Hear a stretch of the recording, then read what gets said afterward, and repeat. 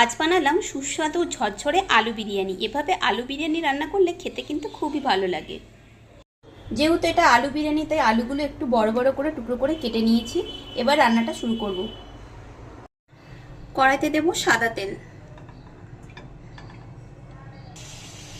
তেল গরম হয়ে গেছে, আলুগুলো দিয়ে দিচ্ছি। দিলাম নুন। আলুগুলো ভেজে নেব প্রথমে।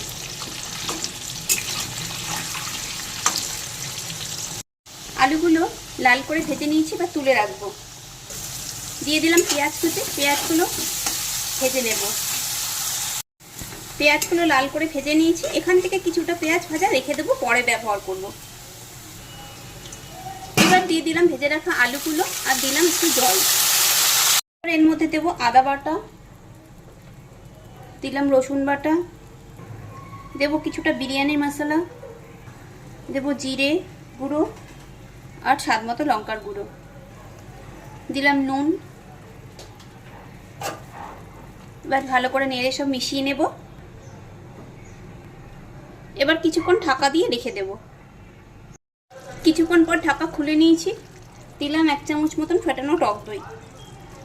নেড়ে মিশিয়ে নেব এর সাথে। আর একটু দেখে নিচ্ছি আলুগুলোও সেদ্ধ হয়ে গেছে।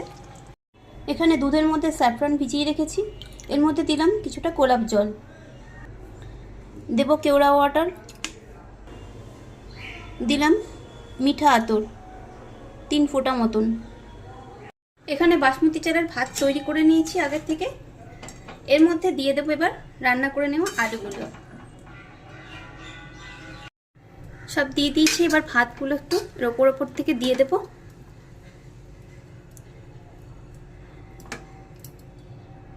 এবার দেবো আগে থেকে তৈরি করে রাখা পেঁয়াজের বেরাস্তা, দেব স্যাফরন মেশানো সেই দুধ, দিলাম ঘি, দিয়ে দিলাম কিছুটা বিরিয়ানি মশলা। এবার হাঁড়ির ঢাকা বন্ধ করে দিলাম। দমে রেখে দেবো 5 মিনিট। তাহলেই তৈরি হয়ে যাবে ঝরঝরে সুস্বাদু আলু বিরিয়ানি। আলু বিরিয়ানি সার্ভ করে নিয়েছি। এভাবে আপনারাও বাড়িতে বানিয়ে খেয়ে দেখবেন। আশা করছি আপনাদেরও ভালো লাগবে।